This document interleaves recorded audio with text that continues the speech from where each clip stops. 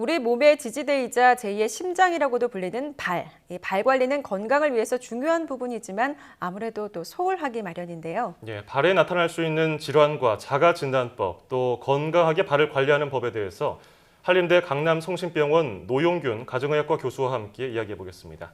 어서 오십시오. 네, 안녕하세요. 네. 예, 뭐 발이 중요하다는 거는 뭐 당연하겠지만 네, 네. 왜 중요하다고 보십니까? 네. 우리 몸에서 모든 부위가 다 중요하겠지만 예. 발만큼 중요한 부위가 없습니다. 척추가 우리 몸의 어떻게 중심을 잡아주는 기둥이라고 그러면 발은 뿌리이고 주춧돌에 해당됩니다. 예. 그리고 또 발은 몸무게를 지탱해주기 때문에 체중 부하가 많이 받게 되는데요. 뭐 통계에 따르면 하루에 한 400톤의 하중이 걸린다고 알려져 있거든요. 즉 하루 종일 스트레스를 계속 받고 있는 것이죠. 예. 발에 이제 문제가 생기면 걷는데 불편이 하게 되고 또 활동성이 떨어지게 되면 일상생활을 제대로 못하게 되죠. 즉 우리 몸에 뿌리가 흔들리면 우리 몸의 건강에 문제가 생길 수가 있습니다. 그렇군요.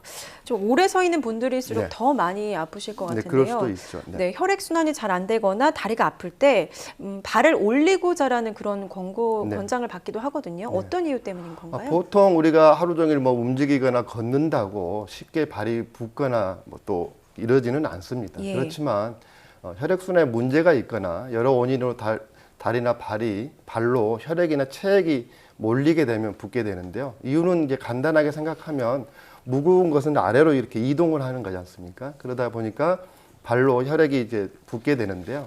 이런 이유로 다리를 올리고 있게 되면 혈액이나 체액이 다른 부위로 이동해서 좀 부기가 빠지게 됩니다. 그래서 하루 종일 수고한 발에게 좀 휴식을 가장 주는 좋은 방법은 잘 때 다리를 조금 올리고 주무시는 게 좋은데요. 예. 그렇지만 뭐 혈액순환이나 이런 발이 붓는 문제가 없다면 굳이 그렇게 하실 필요는 없습니다. 그렇군요. 좀 피곤할 때 발이 힘들 때 네. 이게 간헐적으로 해주면 괜찮을 것 같군요. 네. 요즘에 구두나 하이를 많이 신으니까 발에 많이 발생하는 병 중에 하나가 족저근막염 아니겠습니까? 족저근막, 예. 예, 이게 왜 발생하고요? 어떤 증상이 주로 있어요? 족저근막은 말 그대로 발바닥에 있는 이제 근육을 쌓고 있는 막인데요. 예. 쉽게 이제 강하게 이게 섬유띠입니다. 발 뒤꿈치뼈에서 시작해서 발바닥 전체를 이렇게 지탱을 해주고 이 지탱을 해주면서 걸을 때 충격을 흡수해주고요. 또 발 모양 그 아치를 형성해주는 중요한 구조물입니다. 이런 이제 근막이 자주 가벼운 손상을 자주 입거나 염증이 생기게 되면 이 걸을 때 이제 통증이 나타나게 되는데요. 특히 예. 이제 통증 부위는 이 발 뒤꿈치 쪽에 통증이 생기는데 이때는 혹시 족저근막염이 생기지 않았는지 한번 생각을 해봐야 되고요. 주로 평소 운동을 하지 않던 분들이 갑자기 이제 이 발에 충격이 많이 가해지는 달리기나 에어로빅 등을 좀 무리하게 하셨거나 갑자기 체중이 늘은 경우 또 쿠션이 없는 구두나 하이힐을 또 새로 신는 경우에도 생길 수가 있고요. 주로 통증은 주로 아침에 일어나는데 처음에 발을 디딜 때 아주 심하게 그래서 첫 발을 디딜 때 아구 할 정도로 좀 통증이 있고요. 또 그 부위가 누르게 되면 아프게 되고 좀 걷다 보면 좀 좋아지기도 합니다.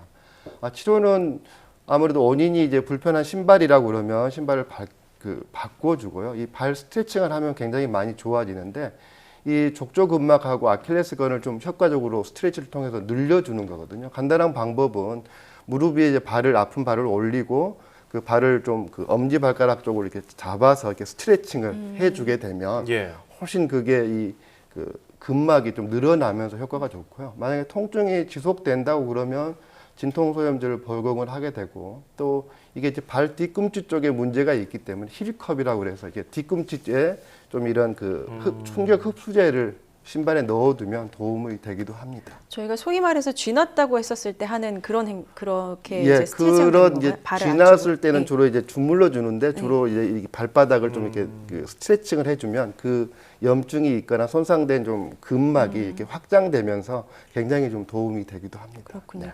발에 또 각질이 자주 생기는 분들이 네. 있는데 이것도 관리 대상이라고 하더라고요. 예, 그러실 수 있습니다. 각질은 누구나 있는 거고요. 이 각질은 피부층의 가장 위쪽에 있는 조직입니다. 그래서 누구나 갖고 있고 이 가장 중요한 역할은 피부 건조를 막는 데 역할을 하고 있고요. 이 각질층은 원래 이제 적당한 두께를 유지를 하게 되는데 그리고 조금씩 탈락되고 다시 생기게 되는데 이런 이제 각질이 너무 과도하게 쌓이고 또 두꺼워지고 딱딱하게 굳으면 이물감도 생기고 이제 통증이 생기는데 이걸 각질 피부증이라고 하는데요. 이 주로 체중이 많이 부하가 되는 발바닥에 주로 생기게 됩니다. 이 습진이나 무좀이 있는 경우에 잘 생기기도 하고요. 또 너무 샤워나 사우나를 많이 하면은 또 너무 건조해지기 때문에 그런데 이 피부가 건조해지는 게 주 각질층이 이제 두꺼워지는 원인이기 때문에 보습을 잘 해주는 게 굉장히 중요하시고요. 그래서 자기 전에 잘 씻은 다음에 이 발 보습제, 손에 바르는 것도 있지만 또 발에 또 하는 그 보습제가 있거든요. 그래서 충분히 발라주면 효과적이고요. 이 신발을 조금 자기 발 그 크기에 맞게 조금 신어야 되는데 예. 이 신발을 우리가 고를 때 아침 오전보다는 오후에 고르는 게 좋습니다. 그 발 사이즈가 아침보다는 오후에 조금 누구나 조금 커지거든요. 예. 붓기 때문에. 그래서 이 오후에 걷게 되는 게 좋고 또 그리고 이게 각질 때문에 불편해서 이제 각질 제거를 목욕탕 이런 데 가서도 하시고 집에서도 하시는데 예. 너무 과하게 하시게 되면 통증이 생길 수도 있고 또 출혈이 생기고 거기에 어허. 상처가 나는 경우는 또 2차 감염이 생겨서 문제가 생길 수 있으니까 너무 조금 과하지 않도록 하시게 조심하셔야 됩니다. 예. 각질과 더불어서 발의 대표적인 질환, 피부 질환 하면은 무좀 아니겠습니까? 네. 이게 전염성도 있고 잘 안 낫거든요. 네네. 왜 이렇게 안 낫습니까? 이게? 아, 무좀은 잘 낫는 병입니다. 아, 그래요? 예, 그런데 우리가 제대로 좀 치료를 하지 않은데요. 아. 무좀은 많이 갖고 있고 고민들을 많이 하시는데 저게 자주 재발하는 게 문제입니다. 이 예. 재발하는 문제는 이게 충분한 기간 동안 치료를 잘 제대로 못해서 그러시는 건데요. 보통 한 6개월 정도의 재발률이 한 50% 정도로 알려져 있습니다. 이 가렵고 진물이 나고 통증이 있는 경우에 이제 무좀 연고를 우리가 바르게 되면 2, 3일 바르고 나면 증상이 좋아지고 가려움도 좋아져서 아, 다 좋아졌겠지 하고 좀 소홀하게 되고 이러면 곰팡이가 이제 무좀을 일으키는 주 원인이 되는데 이게 예. 제대로 죽지 않기 때문인데요. 이 잘 치료하기 위해서는 잘 깨끗하게 씻으시고 좀 건조를 시킨 다음에 하루 한 두세 번 무좀 연고를 충분히 바르는 게 중요하시고요. 아까 말씀드렸듯이 이 증상이 좋아지더라도 재발 방지를 위해서 다 좋아졌더라도 2, 3주간 꾸준히 발라주시는 게 중요하시고요. 무엇보다 중요한 것은 발 청결인데 잘 씻으시고 잘 건조를 시켜서 뭐 수건이나 잘 닦아야 되는 또 이 발가락 사이는 좀 잘 닦기가 쉽지 예. 않지 않습니까? 이럴 때는 드라이기어를 이용하시면은 상당히 건조가 잘 되기 때문에 좋고요. 또 양발을 좀 자주 갈아 신으시고 또 오래된 신발은 좀 바꿔 신는 게 좋고요. 만약 무좀이 있다면 가족들 중에 같이 발수건을 쓰지 마시고 전염의 네. 위험성도 있으시니까 혼자서 쓰시는 걸 권장하고 싶습니다. 당뇨병을 갖고 계시는 분들이 많은데 혈당 조절만큼 중요한 게 발 관리라고 들었거든요. 네, 예. 어떤 이유 때문이고 어떻게 또 하면 좋을까요? 당뇨병은 고혈압과 함께 굉장히 우리나라 분들이 많이 갖고 오는 흔한 병인데요. 이 특별한 증상이 없더라도 이제 관리를 잘 해야 되는 이유는 혈당 조절이 잘 안 되고 이 혈당이 지속적으로 높게 되면 여러 가지 이제 합병증이 생기게 됩니다. 예. 가장 대표적인 합병증은 혈관이 이제 뭐 딱딱하게 굳거나 좁아지게 되는 그 동맥경화가 지속돼서 뭐 중풍이나 알려져 있는 뇌졸중이나 심근경색 같은 병이 생기기도 하는데요. 이 큰 혈관 말고도 아주 미세한 혈관들이 좁아지고 또 거기에 제대로 혈액 공급이 안 되다 보니까 신경이 망가지게 돼요. 그러니까 쉽게 이야기하면 신경이 좀 둔하게 됩니다. 이걸 신경병증이라고 되어 있는데 이런 신경병증이 생기는 부위가 대표적인 게 발입니다. 이때 발에 이게 혈액 공급이 잘 안 되고 신경이 조금 무뎌지기 때문에 우리가 조그만 모래알갱이가 있더라도 잘 우리가 뜨끔하게 알 수가 있는데 이게 당뇨가 오래되고 발에 신경병증이 생기게 되면 잘 그걸 모르시게 되거든요. 그래서 아하. 상처가 나더라도 잘 모르게 되고 예. 또 이렇게 지나치게 되는 경우는 상처 치유가 좀 잘 안 되고요. 그리고 염증이 진행돼서 이 경우가 되게 많습니다. 이런 경우를 이제 당뇨발이라고 그러는데요. 이 발목 절단 수술을 뭐 흔하게 하는 수술은 아니지만 예. 이 발목 절단 수술을 하는 이유 중에 가장 대표적인 원인이 이제 당뇨병이 있기 때문에 관리를 잘 하셔야 됩니다. 그래서 무엇보다 중요한 것은 당뇨병이 있는 경우 혈당 관리를 잘 하시고 그리고 발을 좀 꼼꼼히 잘 살펴보셔야 되는데요. 외출하시고 나서 발을 잘 씻고 혹시 상처가 있지는 않는지 확인을 하고 아주 작은 상처라도 넘기지 않고 바로 치료를 받으셔야 되고요. 또 상처 예방을 위해서는 맨발보다는 좀 실내에서도 양말을 신고 돌아다니시는 게 좋으십니다.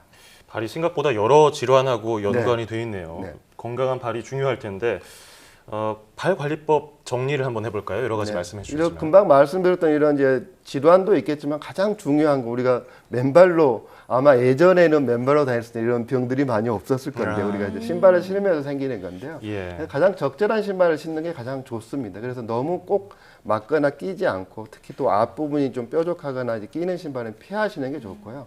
그리고 이제 신발 윗부분은 좀 재질이 부드러워서 이제 확장이 되는 게 좋고 바닥은 조금 쿠션 패딩이 잘 되고 굽도 너무 높지 않은 그런 것들이 좋습니다. 그리고 좀 충격이 안화되는 재질이 좋고요. 또 오래 걷거나 뭐 조깅이나 달리기 같은 운동을 할 때는 좀 크기가 좀 넉넉하고 이 발바닥을 잘 지지를 해주고 충격이 좀 완화되는 운동화를 신으시는 게 좋고요.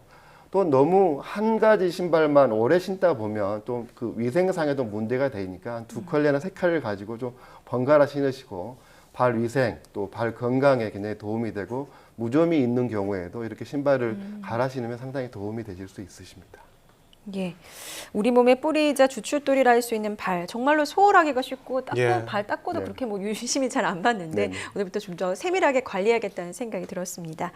네, 지금까지 한림대학교 강남성심병원 가정의학과 노용균 교수와 함께 이야기 나눠봤습니다. 오늘 감사합니다.